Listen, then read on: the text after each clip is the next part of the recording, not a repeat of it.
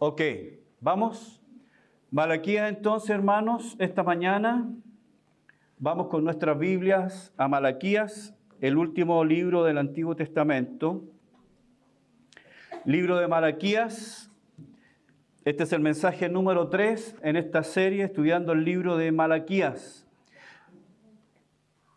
Los niños pueden pasar a su clase. Van con la tía Erika.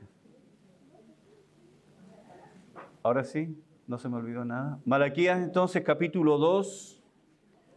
Malaquías, Antiguo Testamento, último libro del Antiguo Testamento. Capítulo 2, verso 10 en adelante. Leemos en el nombre del Señor. Dice, ¿no tenemos todos un mismo Padre? Está preguntando el Señor. ¿No nos ha creado un mismo Dios?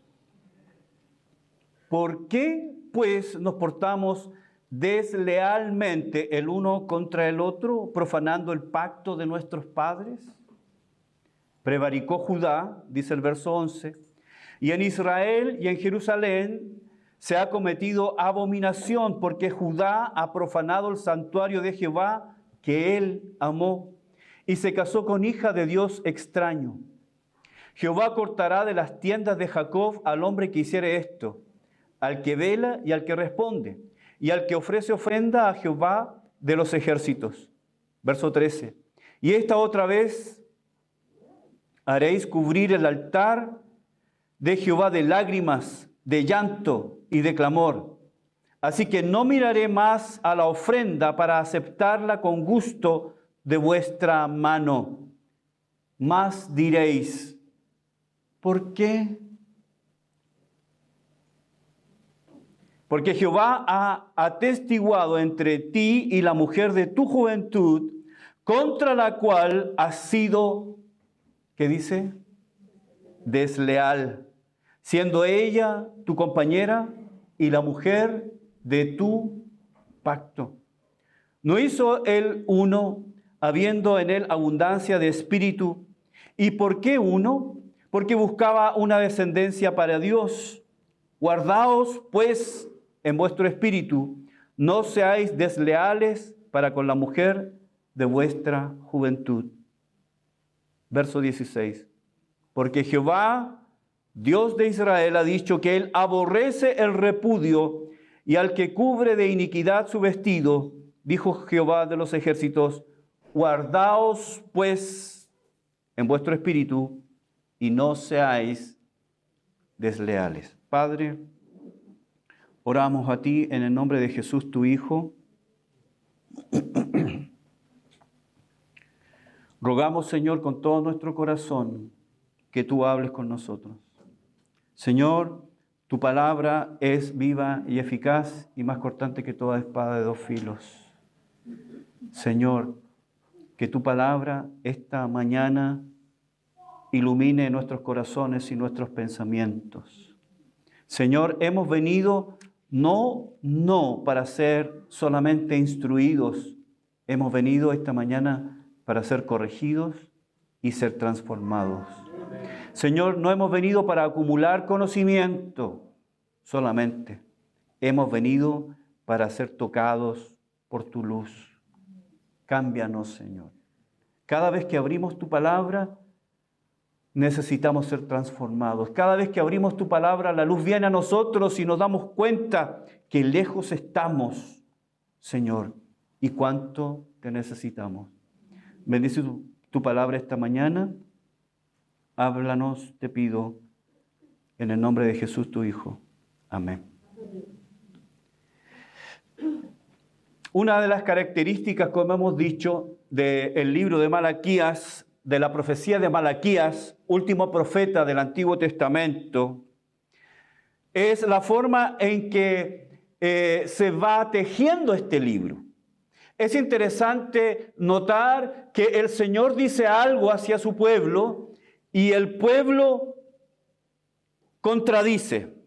El pueblo declara algo que contradice o de alguna manera el pueblo entra en una disputa y hace preguntas a Dios. Usted recordará la primera pregunta que Dios hizo. ¿Se acuerdan? Perdón, la primera afirmación que Dios hizo. ¿Se acuerdan? No se acuerdan. Dios le dijo a su pueblo, yo os he amado. ¿Se acuerdan? Fue la primera declaración en el verso 2. Yo os he amado. Esta es la declaración que Dios hace a su pueblo. Yo los he amado. ¿Y qué contestó el pueblo? ¿Se acuerdan? ¿En qué nos has amado? Y esta pregunta nace de la situación que estaba viviendo el pueblo de Israel en este momento puntual. Recuerden que ellos llevan más o menos, un poquito más de 100 años, desde que han vuelto del cautiverio babilónico, en donde estuvieron 70 años, y es ahí donde nosotros tenemos el testimonio del profeta Daniel. Ellos han estado 70 años en la cautividad y finalmente Dios les permite volver a su tierra. Y ahí reconstruyen el muro, reconstruyen el templo y comienza la adoración y la vida religiosa.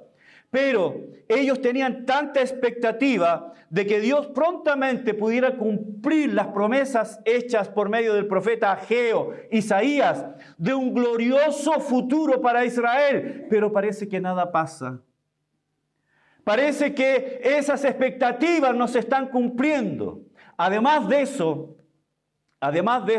nos dice el texto, ¿no? En el verso 8 del capítulo 1, que tal vez, y seguramente muchos comentaristas atestiguan, de que lo más probable es que Israel en este tiempo está bajo el dominio de algún príncipe persa. Es decir, no tienen completa libertad, no son completamente libres, de alguna manera son esclavos ahora del imperio persa. Además de eso, la Biblia nos dice que ellos están viviendo plaga tras plaga de langostas que están diezmando sus cultivos. Hay pobreza, hay hambre, hay escasez y parece que Dios no contesta. Por eso cuando Dios dice, yo los he amado, ¿en qué nos amaste? ¿Nos trajiste de vuelta de la cautividad para tenernos aquí en ascuas? ¿Para tenernos aquí en miseria? ¿De qué manera tú me puedes mostrar tu amor si cosas malas me pasan?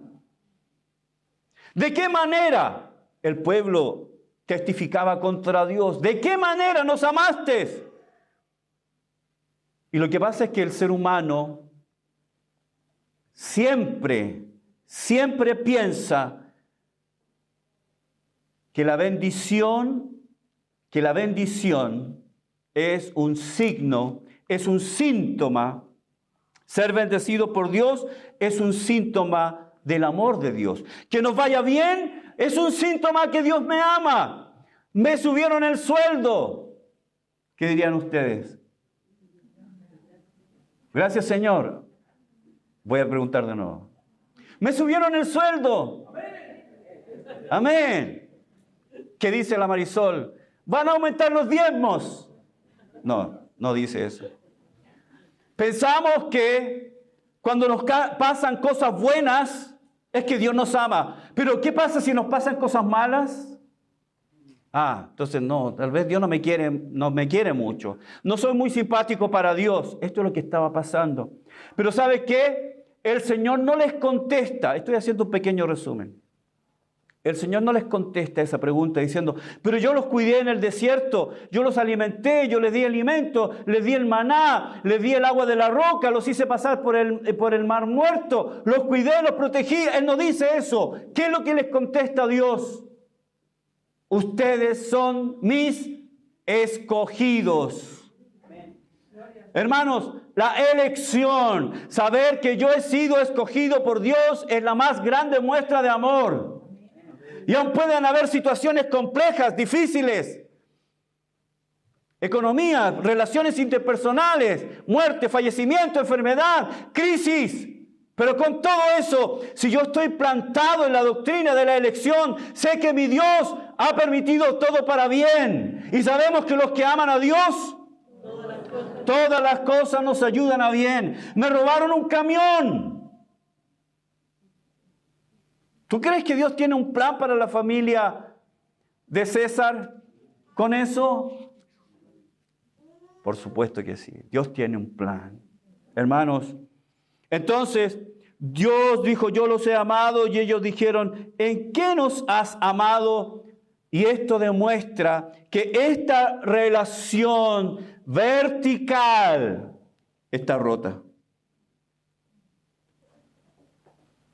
Israel ha roto esta relación con Dios, esta relación de amor está rota. Y cuando nosotros olvidamos, cuando nosotros dejamos de creer, cuando nosotros fallamos en esto, la Biblia dice que esto trae consecuencias. ¿Recuerda lo que pasó con la iglesia en Éfeso? Hay un reclamo de parte de Dios. ¿Qué les dijo? Ustedes han dejado, ¿qué? Su primer amor. Pero estamos haciendo muchas cosas, estamos haciendo esto otro, sí. Pero lo están haciendo mecánicamente, religiosamente, forzadamente. ¿Qué peligro es, hermano, de estar haciendo cosas para Dios sin Dios? ¿Me entienden lo que digo? Sí. Estar haciendo cosas para Dios sin Dios. Sin que la gracia sea el motor para que yo haga las cosas. Necesito entender y estar plenamente convencido de que Dios me ama. Primera de Juan 4:19, Juan dice que nosotros le amamos a Él porque Él nos amó primero. Ese es el primer amor. Entonces, hermanos, cuando esto falla, esto también falla. Cuando esta comunión con Dios falla, mis relaciones interpersonales fallan. Lo vimos la semana pasada. Entonces, ¿qué hacían los sacerdotes? ¿Se acuerdan? Ellos traían animales. Vamos a dibujar una oveja tuerta, que está toda parchada, quebrada. Ellos traían animales defectuosos. Pero estoy ofreciendo a Dios algo. Cuando esto falla, esto también falla. Si yo no estoy viviendo en este primer amor, si no estoy convencido de ese primer amor, entonces mi servicio a Dios es pobre. Acompáñame, por favor, a Deuteronomio, capítulo 28. Deuteronomio, capítulo 28. ¿Cuántos trajeron Biblia esta mañana? Deuteronomio 28, verso 47. Si esto falla, esto también falla. Mira lo que dice Deuteronomio 28, 47. Por cuanto no serviste a Jehová tu Dios ¿con qué? Servir a Dios con alegría. Servir a Dios con alegría. Y con gozo de corazón. ¿Cuántos sirven al Señor con alegría y gozo de corazón? ¡Vamos a la iglesia!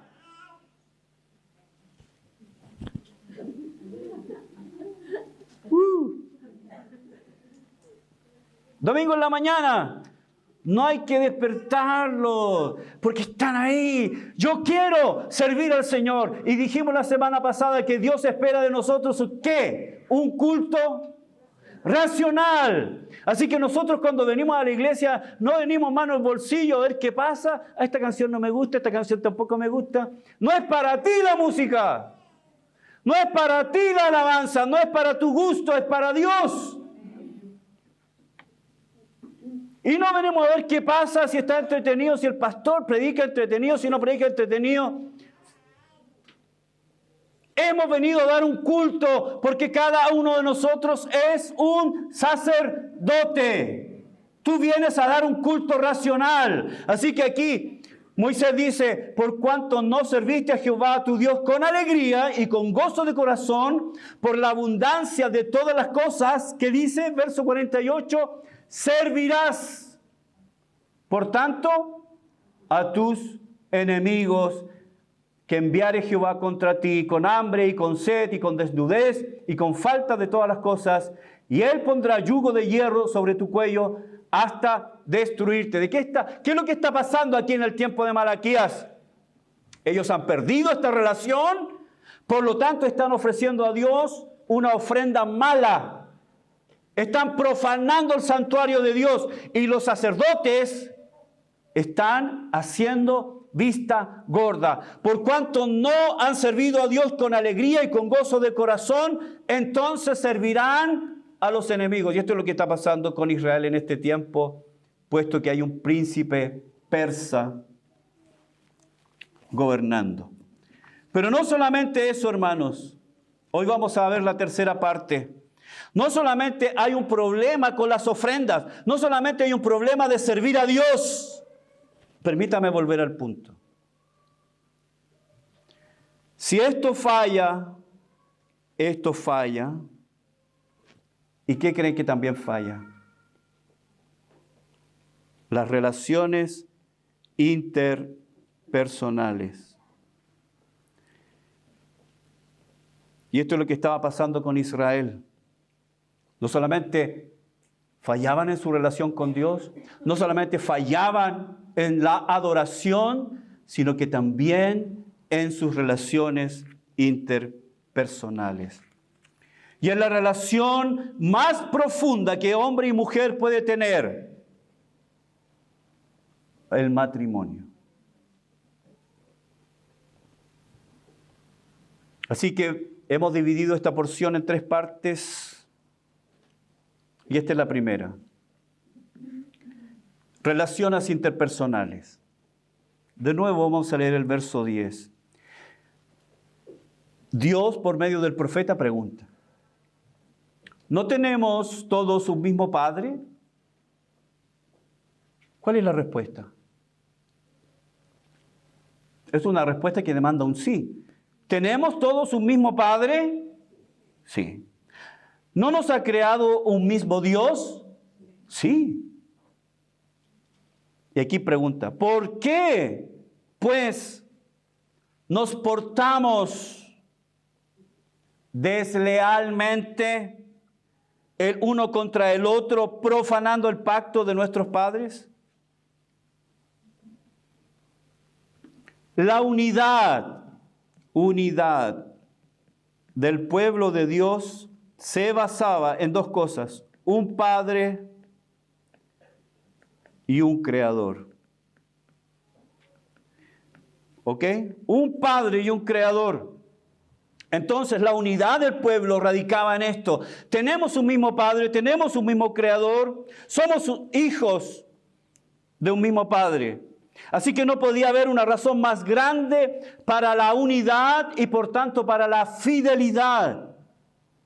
Pero aún así, entendiendo esto, la protesta de Dios es que aún teniendo un mismo Padre, teniendo un mismo Creador, aún así, con todo eso, en Israel hay muestra de infidelidad, de deslealtad. La deslealtad, hermanos, está marcando la vida de Israel. Dios, siendo un Dios fiel, verdadero, íntegro, un Dios que no cambia, un Dios que no muta, desea que estas características personales de Él sean vistas también en su pueblo. Dios busca que su pueblo también sea leal con Él y entre ellos. Tenemos un mismo Padre, tenemos un mismo Creador. Entonces la pregunta nace de manera espontánea: ¿por qué? Si tenemos un mismo Padre, un mismo Creador, ¿por qué nos portamos desleales unos con otros? ¿Por qué somos infieles unos con otros? ¿Por qué nos traicionamos unos a otros? La deslealtad, por lo tanto, entre ellos, volvemos, si esto está mal, esto también está mal. La deslealtad entre ellos era inconcebible, puesto que pertenecían al mismo Dios, al mismo Creador. En palabras sencillas, ellos se traicionaban, ellos eran desleales en un ambiente familiar. ¡Familia!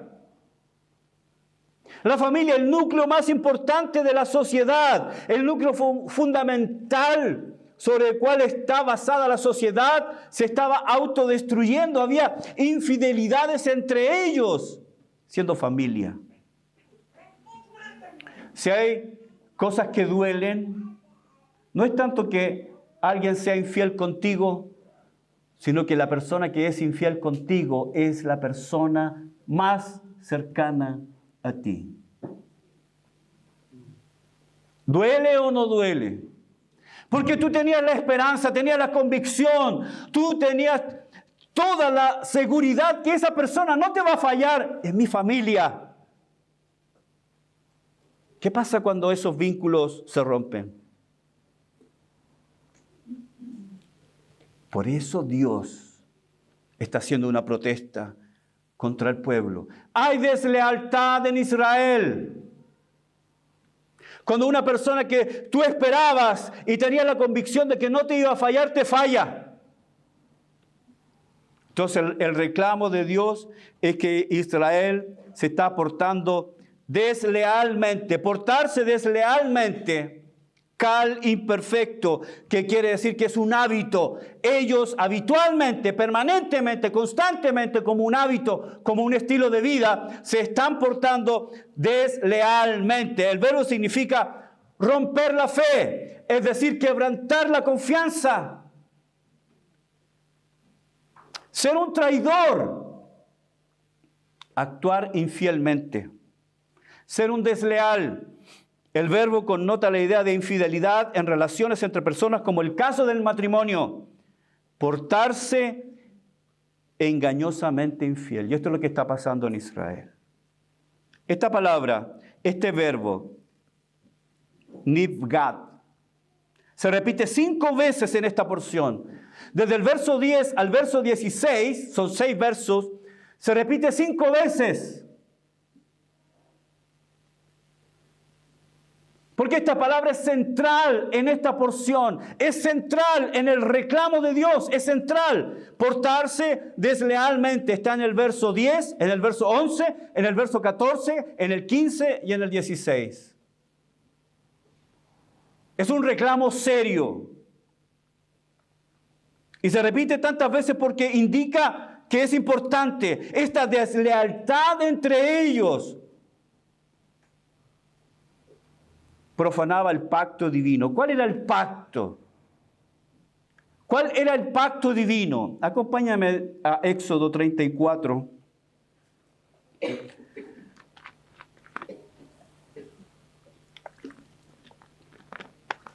Éxodo 34, verso 15. Dios había hecho un pacto con su pueblo para que se mantuviera puro, para que se mantuviera alejado de las otras naciones. Éxodo 34, verso 15. El pacto que Dios había hecho con su pueblo era para que su pueblo fuera exclusivo. Es por eso que los matrimonios debían ser entre integrantes de su propio pueblo. ¿Me siguen?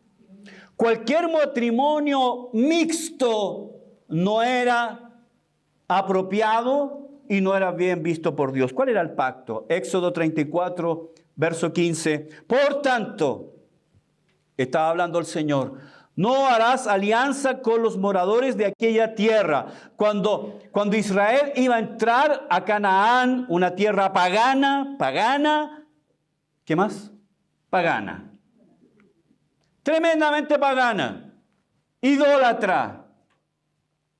Cuando Israel iba a entrar a la tierra, Dios le dijo, Dios les advirtió, no harás alianza con los moradores de aquella tierra.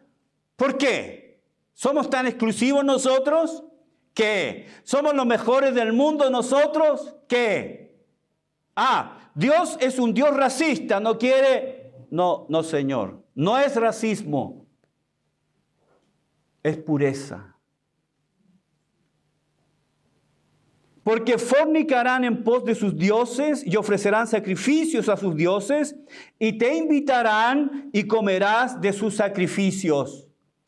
No harás alianza, no puede haber matrimonio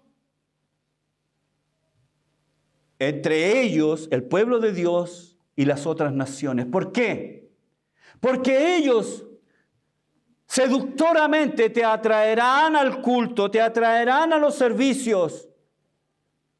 Bueno, y la Biblia está, principalmente en el Antiguo Testamento, Dios sancionando constantemente eso, que Israel muchas veces se fue para adorar otros dioses, y la Biblia lo llama a eso fornicación. El pacto entonces que ellos estaban violando era la prohibición de unirse en matrimonio con los habitantes de la tierra. Esta alianza los haría desviarse de la fidelidad al Dios verdadero. Punto número 2. Este es el tema. Se da cuenta que Dios hace una pregunta y nos está introduciendo al tema, pero todavía no lo toca profundamente. Mira lo que nos dice el verso 11 y 12. Prevaricó Judá. La palabra prevaricó es la misma palabra. Fue desleal. Se comportó infielmente, se comportó traicioneramente. Prevaricó Judá en Israel y en Jerusalén. Se ha cometido abominación porque Judá ha profanado el santuario de Jehová que él amó y se casó con hija, escucha eso, de Dios extraño. Jehová cortará de las tiendas de Jacob al hombre que hiciere esto, al que vela y al que responde y al que ofrece ofrenda a Jehová de los ejércitos. Esta deslealtad todavía no entra en el tema, pero está mencionando que hay una traición, como ya hemos estudiado. Hay una deslealtad de parte de Judá y esa deslealtad es considerada una abominación. La palabra abominación significa algo que Dios aborrece, algo que Dios repudia, algo que Dios lo considera repugnante. Es un término que es reservado para describir los peores males que pueden afectar a una sociedad, a un grupo, a una cultura. ¿Y qué es lo que está pasando? ¿Cuál es la demanda? ¿Cuál es la protesta de Dios para su pueblo? Que ellos se estaban casando con mujeres paganas. Algo que, como vimos, estaba prohibido. Esa deslealtad del pueblo es considerada por Dios como algo aborrecible. Para Dios, ese pecado es una abominación. No solo es aborrecible, sino que también es considerado un acto profano. Profanar, me gusta esta definición, profanar lo que Dios ha santificado es un pecado relevante. Casarse con mujeres paganas, lo que estaba ocurriendo en este tiempo, era considerado como un acto vil porque ellos estaban despreciando lo que Dios consideraba sagrado. Hermanos, quiero decirle que Dios considera el matrimonio como algo sagrado. Hebreos 13:4. Honrosos sean todos, ¿qué? El matrimonio. Honroso, valioso.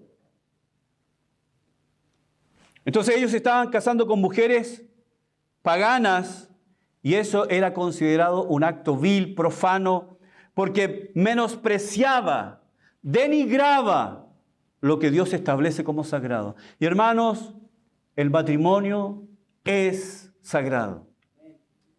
Vivimos en un tiempo que el matrimonio es una de las tantas opciones.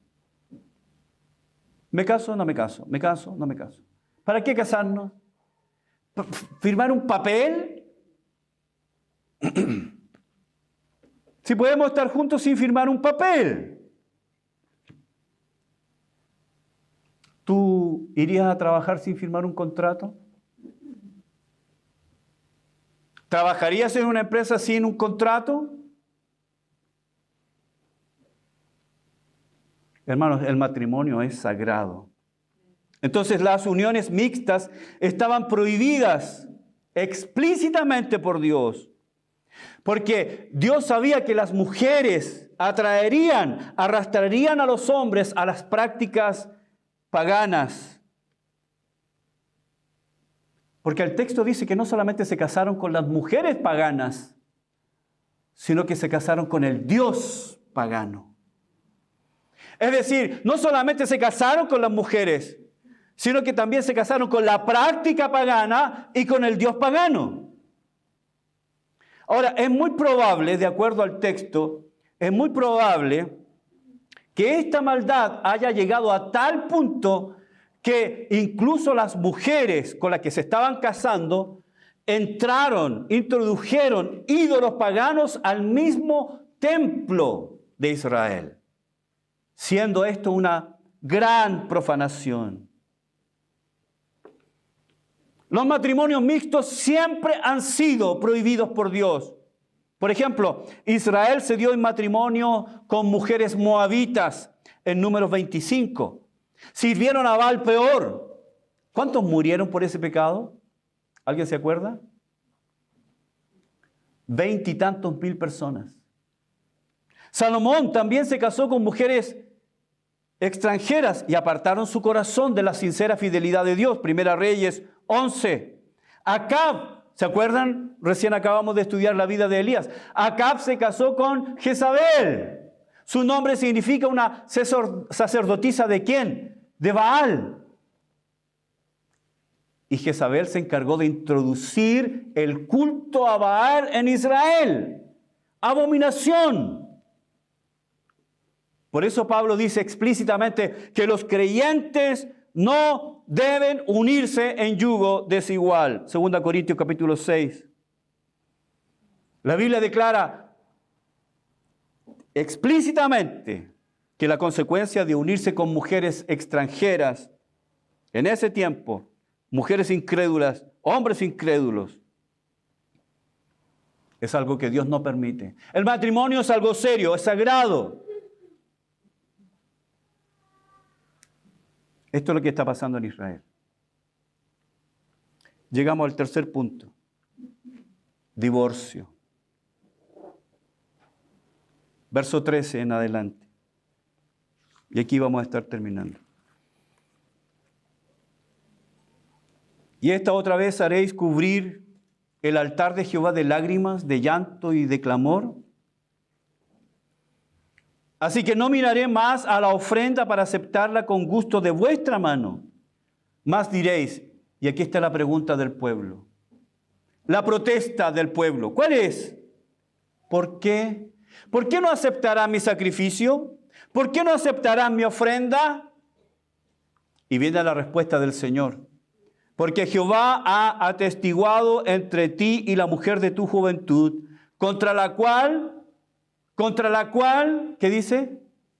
Has sido desleal, siendo ella tu compañera y la mujer de tu pacto. ¿No hizo él uno, habiendo en él abundancia de espíritu? ¿Y por qué uno? Porque buscaba una descendencia para Dios. Guardaos pues en vuestro espíritu, no seáis desleales para con la mujer de vuestra juventud, porque Jehová Dios de Israel ha dicho que él aborrece el repudio y al que cubre de iniquidad su vestido. Dijo Jehová de los ejércitos, guardaos pues en vuestro espíritu, no seáis desleales. Ahora, este es el problema que se está creando. En Israel, los hombres están desechando a sus mujeres.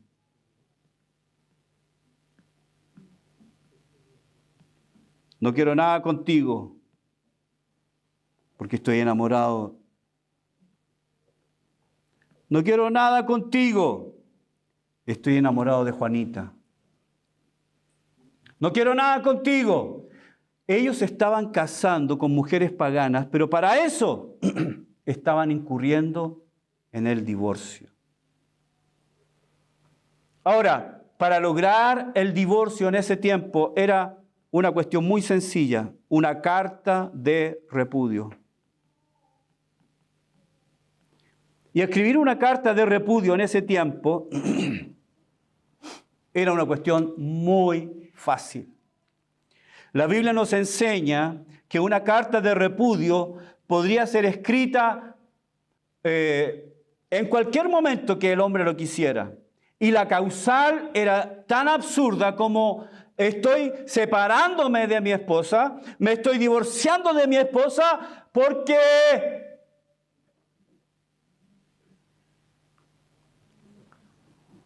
ya no me gusta la sopa que hace. Me estoy separando de mi esposa porque habla tanto. Me estoy separando de mi esposa porque pasa mucho tiempo viendo comedias. Me estoy separando de mi esposa por las razones más increíbles, inverosímiles. El hombre podía dar una carta de repudio y listo, estoy divorciado. Ahora puedo casarme con esta mujer que es una mujer pagana. Hermanos, para poder casarse con mujeres extranjeras, que ya era un pecado, ellos tenían que incurrir en otro pecado: escribir una carta de repudio. Era un pecado doble. Estos divorcios estaban afectando entonces de tal manera a las mujeres en Israel, porque se sentían despreciadas, se sentían abusadas, sentían la deslealtad del esposo, aquel esposo que había prometido amor eterno. Y la Biblia nos dice que estas mujeres con el corazón quebrantado, corazón roto, estas mujeres con el corazón roto venían al templo y ahí derramaban sus lágrimas, su lamento. Así que Dios les reclama a los hombres: ustedes han llenado mi altar de lágrimas, pero no tus lágrimas. No son tus lágrimas, son las lágrimas de la mujer a quien tú has desechado. Por esa razón Dios le dice: no aceptaré su sacrificio. Por esa razón Dios dice: no aceptaré sus ofrendas, porque ustedes han manchado el altar con lágrimas. Y esto, Dios cierra la puerta, Dios pone una barrera ahora con el hombre. Y esto me acuerda lo que Pedro decía en 1 Pedro capítulo 3, verso 7. Vosotros, maridos, igualmente, vivid con ellas, vuestras esposas, sabiamente, dando honor a la mujer como a vaso más frágil y como a coherederas de la gracia de la vida, para que vuestras oraciones no tengan estorbo. Si tú estás viviendo con tu esposa y no vives sabiamente, ora todo lo que tú quieras. El cielo se cerró para ti. No escuché ningún amén ahí. Si no estás viviendo con ella en sabiduría, no hay respuesta del cielo. Estudiemos un poco lo que Pedro dice. Dice que debemos vivir con ella sabiamente. La palabra nosin quiere decir conocimiento. Estar siempre aprendiendo. Y díganme, maridos, que siempre estamos aprendiendo algo de nuestras esposas. Son siempre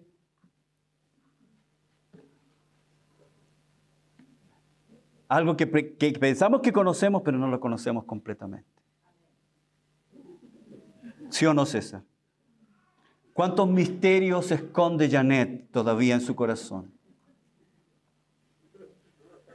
Sabiamente, usa tu cerebro, usa tu corazón también. Porque esto pasa, ¿eh? ¿Se han dado cuenta que los hombres y las mujeres son diferentes, cierto? Somos diferentes. Cuando una mujer está pasando por un momento difícil, un momento complicado, ¿qué es lo que hace?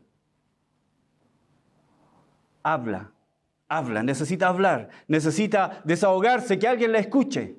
¿Qué es lo que hace un hombre cuando está pasando por un momento difícil?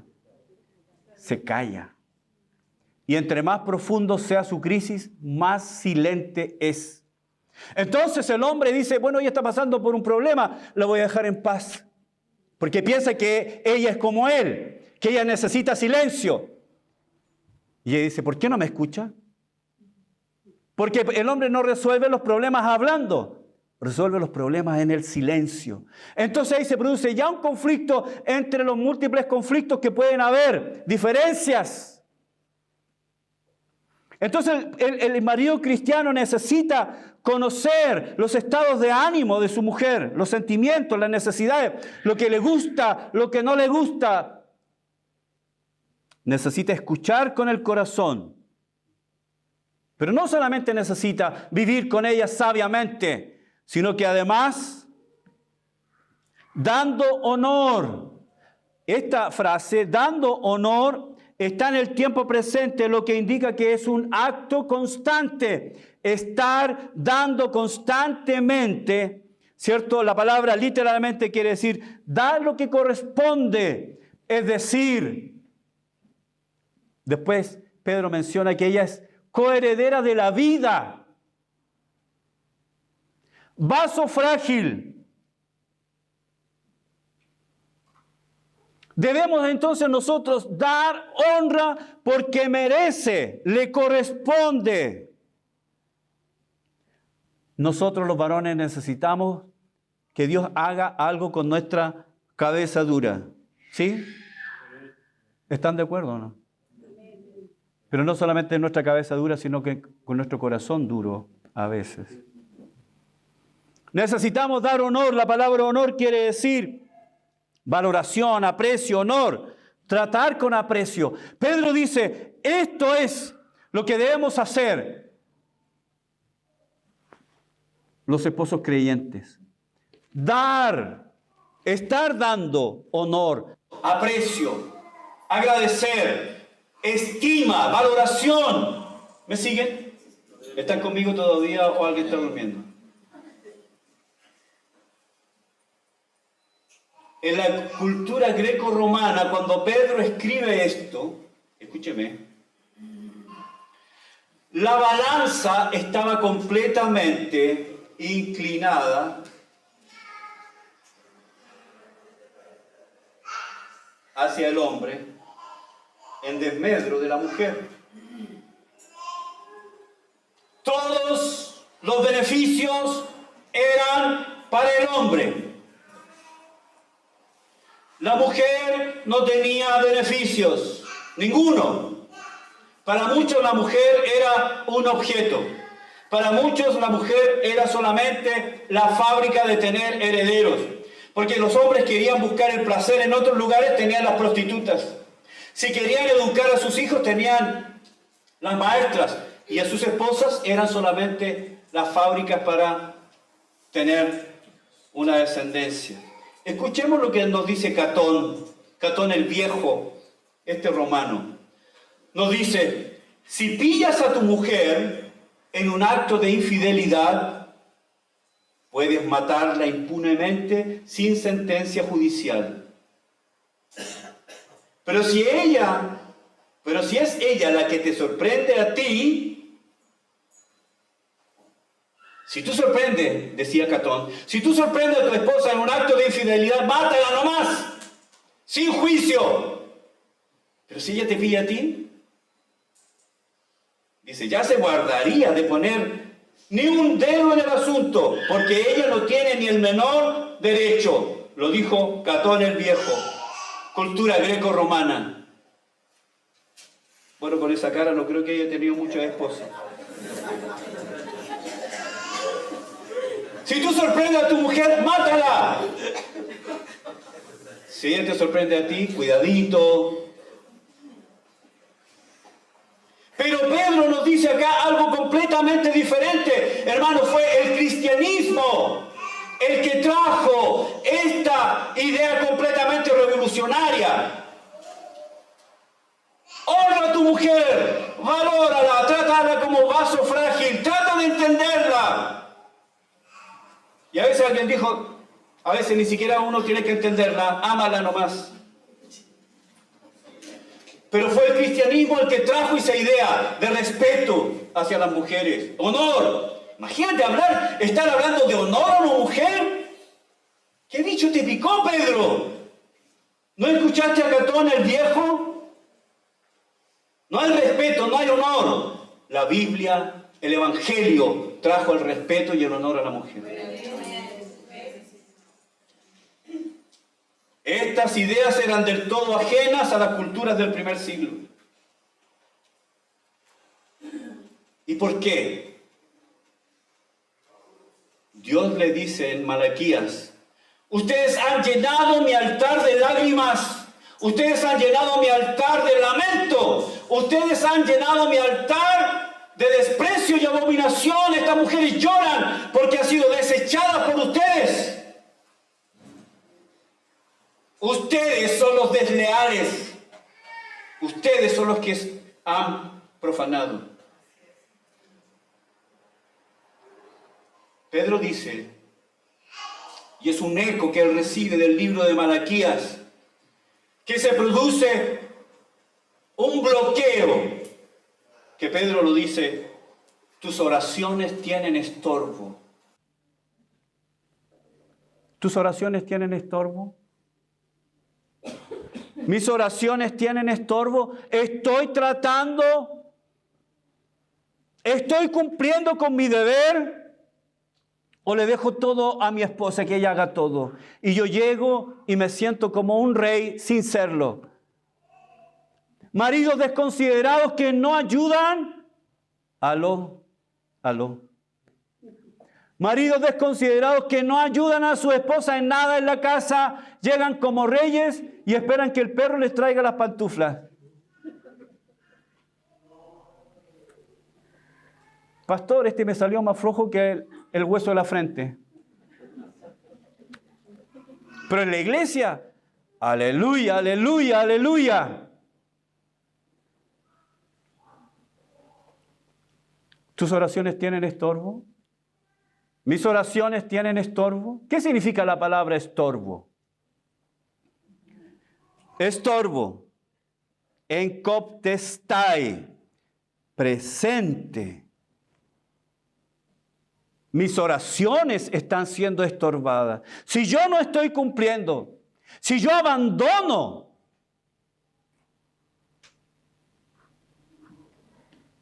si yo no lo estoy valorando como vaso más frágil, entonces mis oraciones tienen estorbo. La palabra o el verbo literalmente significa cortar. Como tenemos un puente y aquí pasa el agua, ¿cierto? Entonces tenemos el puente, pero algo lo quebra. Ya no puedes pasar hacia allá porque está enkoptestai. Literalmente significa cortar el camino. Literalmente significa bloquear el camino. Tiene un sentido militar que significa cortar, poner obstáculos en el camino o cortar la carretera, de modo que el movimiento normal sea imposible. Obstaculizar, frustrar, impedir o retrasar. Dios mismo se vuelve contra ti.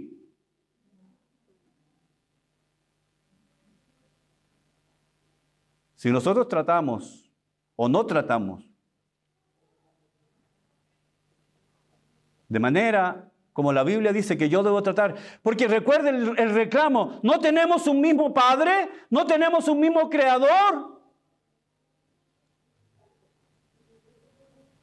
Esto se produce, hermanos, en el ambiente más profundo que pueda haber. Porque recuerde que cuando Dios habla del matrimonio, habla de que dos son uno. Y no hay una relación en esta tierra que sea más profunda que el matrimonio. ¿Tú tienes amigos? Yo tengo muchos ganchos, pastor. ¿Tienes familiares? Tengo mucha familia, un montón de primos y nos llevamos súper bien. ¿Tienes hijos? Los amo con todo mi corazón. ¿Tienes nietos? ¿Ven mi babero? ¿Pueden ver mi babero? Ya te va a tocar a ti, Marisol. Los amamos con todo el corazón, pero yo no soy uno con mi amigo, no soy uno con mi primo, no soy uno con mis hijos, no soy uno con mi nieto, soy uno con una sola mujer. La relación más estrecha en esta tierra es con esa mujer. Y es precisamente esa mujer a los que estos hombres en Israel están siendo desleales, profanando el pacto. ¿Cuánto entiende lo que estoy diciendo? ¿Dios está hablando contigo o no?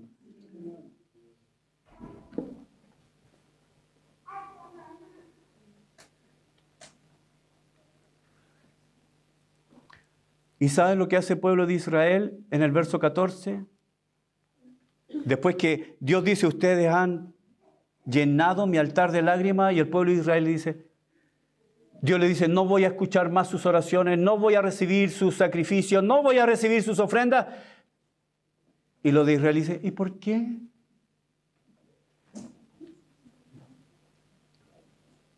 Hay que tener patitas para hacer esa pregunta. La respuesta del Señor fue contundente, abrumadora. El Señor dice, yo testifico.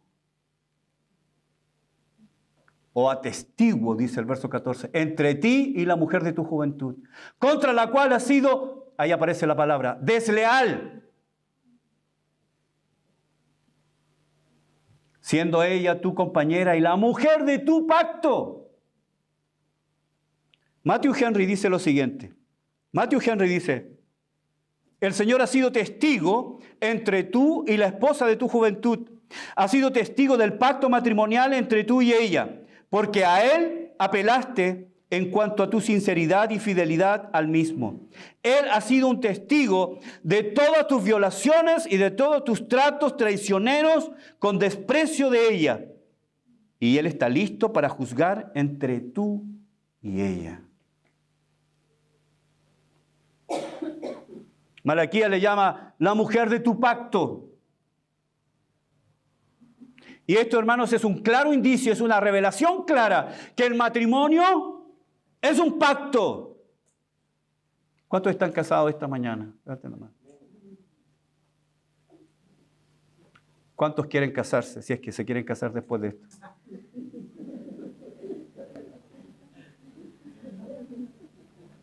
Claire, ¿tú levantaste la mano? Prepárate, Sandra. El matrimonio, hermanos, es mucho más que una ceremonia, mucho más que una fiesta alegre para celebrar que dos personas han decidido vivir juntas. El matrimonio, hermanos, es un pacto.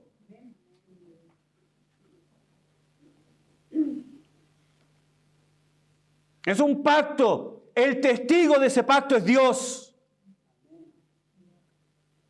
Por eso, nosotros como ministros no podemos, no debemos oficiar un matrimonio entre incrédulos. No podemos oficiar un matrimonio entre un incrédulo y un creyente. No podemos. Una vez alguien me dijo, pastor, mi hijo se quiere casar, ella es una buena niña, usted lo conoce a él, ¿podría casarlo? No. ¿Por qué? No puedo casar a un creyente con un incrédulo. ¿Por qué?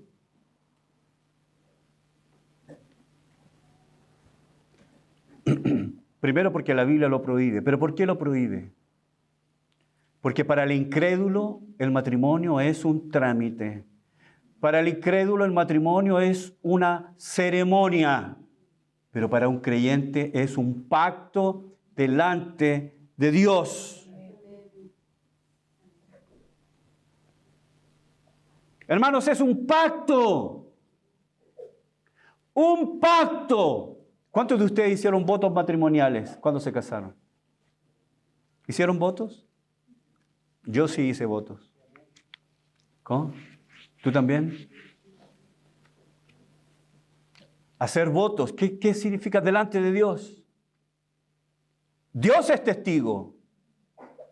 Para un creyente no estamos jugando, hermanos. No es un juego. No es una ceremonia. Es un pacto. ¿Cómo entonces un no creyente puede pensar que está haciendo algo, un pacto con Dios, y ni siquiera cree en Dios? Si no cree en Dios, son bonitas palabras, palabras que se las va a llevar el viento. Palabras, tan solo palabras. Palabras baratas, palabras de buena costumbre, pero palabras. Y esto es lo que está pasando en el pueblo de Israel. Ellos estaban divorciándose de sus mujeres del pacto. ¿Te das cuenta? Dios era testigo del momento en que ellos pactaron. Y vamos a vivir para la gloria de Dios. Vamos a criar a nuestros hijos para la gloria de Dios. Cuando ellos pactaron. Pero llegaron estas paganas.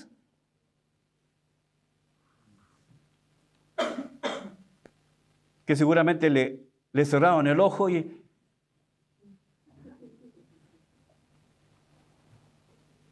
Hermanos, eso es lo que estaban haciendo, divorciándose de sus mujeres del pacto para casarse con mujeres paganas. Por eso la protesta del Señor es tan fuerte.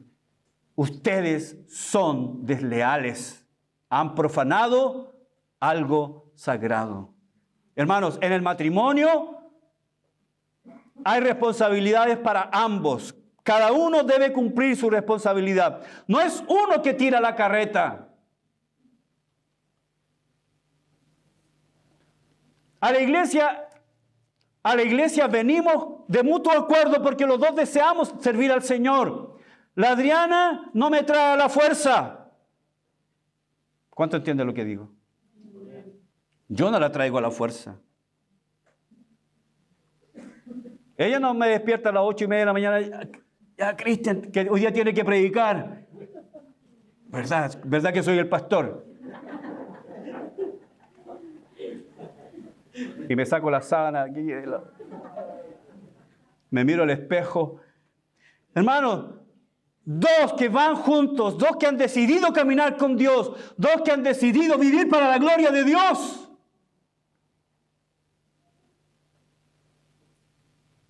Si uno falla, está siendo infiel a ese pacto.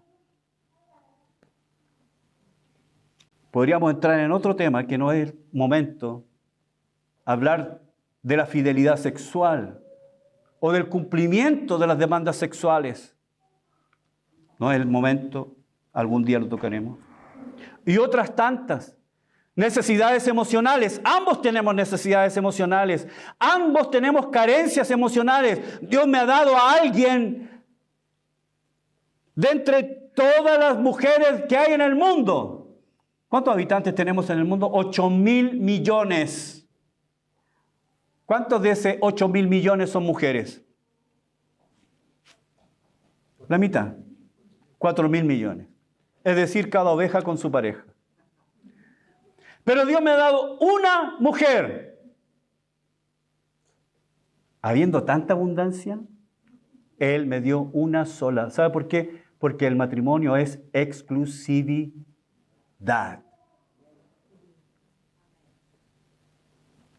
Yo entero le pertenezco a Adriana. Aquí tengo el anillo. ¿Lo ven? ¿Qué quiere decir? Que le pertenezco a alguien. Ella también tiene su anillo. ¿A quién le pertenece ella? A este pechito.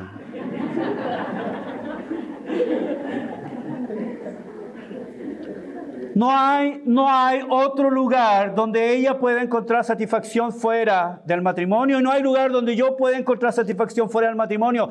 Pero si eso se rompe, estás siendo desleal. Termino con el verso 15 y 16. Tengo mucho más, pero ya estamos en la hora. Verso 15, es un versículo difícil de entender, pero dice, ¿no hizo el uno habiendo en él abundancia de espíritu? ¿Y por qué uno? Porque buscaba una descendencia para Dios. Guardaos pues en vuestro espíritu, no seáis desleales para con la mujer de vuestra juventud. Hay otra versión que dice lo siguiente y es mucho más entendible. Dice, ¿no te hizo el Señor uno con tu esposa? Cecilia y Jasper, ¿no los hizo Dios uno a ustedes? ¿No te hizo el Señor uno con tu esposa? En cuerpo y espíritu son uno delante de Dios. ¿Y qué quiere Dios con el matrimonio? ¿Qué es lo que busca Dios con el matrimonio? ¿Qué dice? Descendencia. Descendencia. Hijos que se críen en un hogar piadoso. Hijos que se críen en un ambiente espiritual. Hijos que se críen siendo llevados a la iglesia. Pero yo no quiero ir a la iglesia, papá. ¿A cuánto le ha pasado eso? Mamá, me quiero quedar viendo el Chavo. Vamos a la iglesia. Estoy hablando de los años 70. Quiero ver el Chavo. A la iglesia. Voy, mamá. Gracias porque mi mamá me llevó incluso a la fuerza. Pastor, ¿pero por qué los niños tienen que ir a la fuerza?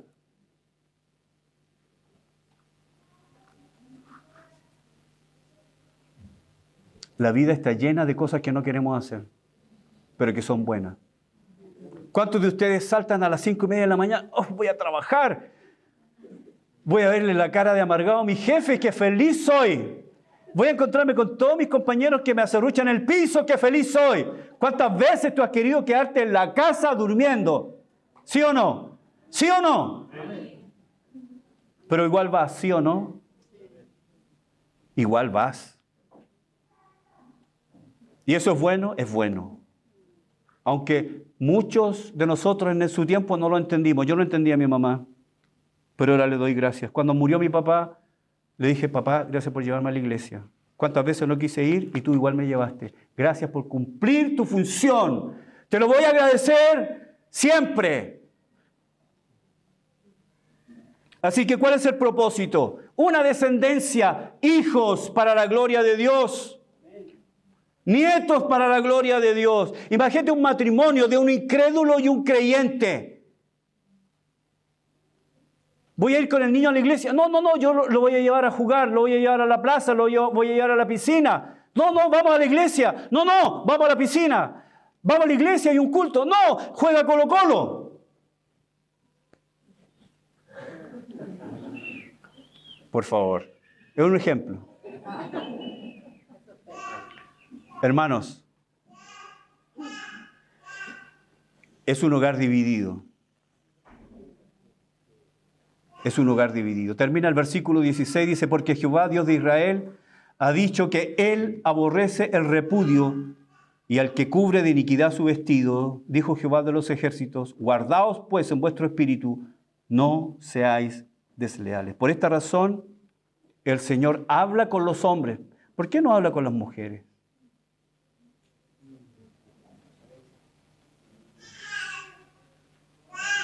Oren, esposa, oren por nosotros. Tenemos una tremenda responsabilidad. El versículo 16 termina con la frase, el que cubre de iniquidad sus vestidos. ¿Qué significa eso? La palabra literalmente significa cubrir de iniquidad sus vestidos. ¿Sabe lo que significa literalmente? Violencia. Violencia. Violencia de cualquier tipo, psicológica, física, espiritual, violencia. Algunos han considerado incluso que la otra causal para el divorcio cristiano es la violencia. Seguramente muchas de estas mujeres fueron violentadas físicamente. Por eso tuvieron que cubrir con sus vestidos los golpes. Entonces el Señor dice, el divorcio de todas formas y maneras es violencia. Tenemos seguramente acá en medio nuestro personas que han pasado por algún tipo de divorcio, han sido despreciadas. Algunos de ustedes han recibido engaños. Es una forma de violencia. El Señor dice, yo eso lo aborrezco. Yo no he tocado a mi esposa ni con una pluma, pero tu indiferencia, tu pasividad, tu negligencia.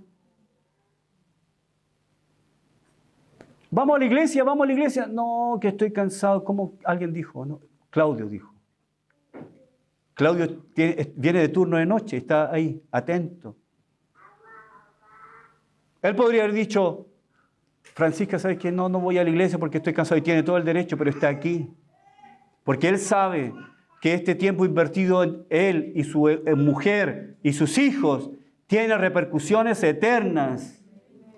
Los hombres pueden ser desleales y violentos de cualquier manera cuando no cumplen el mandato de Dios para su vida. Hermanos, no sé por qué este es el último mensaje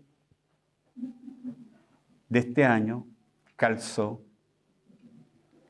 pero quiero orar por todos los matrimonios esta mañana. Póngase de pie, por favor, todos los matrimonios, todos los matrimonios.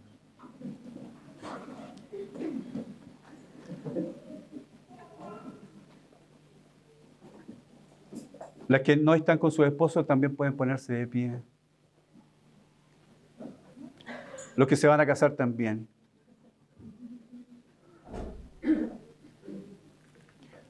El matrimonio, hermanos, es un pacto. Es un pacto delante de Dios que Él va a cobrar un día. Si fuimos desleales con la mujer de nuestra juventud, si fuimos desleales con el hombre que Dios me dio, vamos a orar y vamos a pedir que Dios bendiga nuestros matrimonios, que el Señor nos lleve a un arrepentimiento esta mañana. De alguna u otra manera necesitamos arrepentirnos. Padre, oremos. Padre Dios Todopoderoso, oramos esta mañana. Señor, lo primero que tengo que decir es que hemos fracasado como cabezas. Señor, el orgullo, el egoísmo, la indolencia ha sido más fuerte que nuestro deber. Hemos fallado. Señor, hemos sido desleales con la mujer del pacto. Y tú eres testigo de eso. Señor, como mujeres, también reconocemos que hemos fallado con el hombre de nuestro pacto. Señor, hemos fallado. Perdónanos, Señor. Perdónanos. No hemos estado atentos a las necesidades del otro. No hemos estado cercanos al corazón del otro. Te pido en el nombre de Jesús perdón. Te pido, Señor, que en nuestra debilidad nos hagan más fuertes. Permite que este año que comienza podamos vivir mejores matrimonios, avanzando, creciendo, acercándonos a ti más profundamente. Padre, bendice los matrimonios de nuestra iglesia, porque matrimonios fuertes hacen iglesias fuertes. Iglesias fuertes influyen en un mundo caído. Por favor, Señor, oramos. Bendice nuestros matrimonios. Gracias por tu palabra. Gracias por esta reunión. Gracias por este tiempo. A ti te damos toda la gloria. En el nombre de Jesús. Amén. Amén.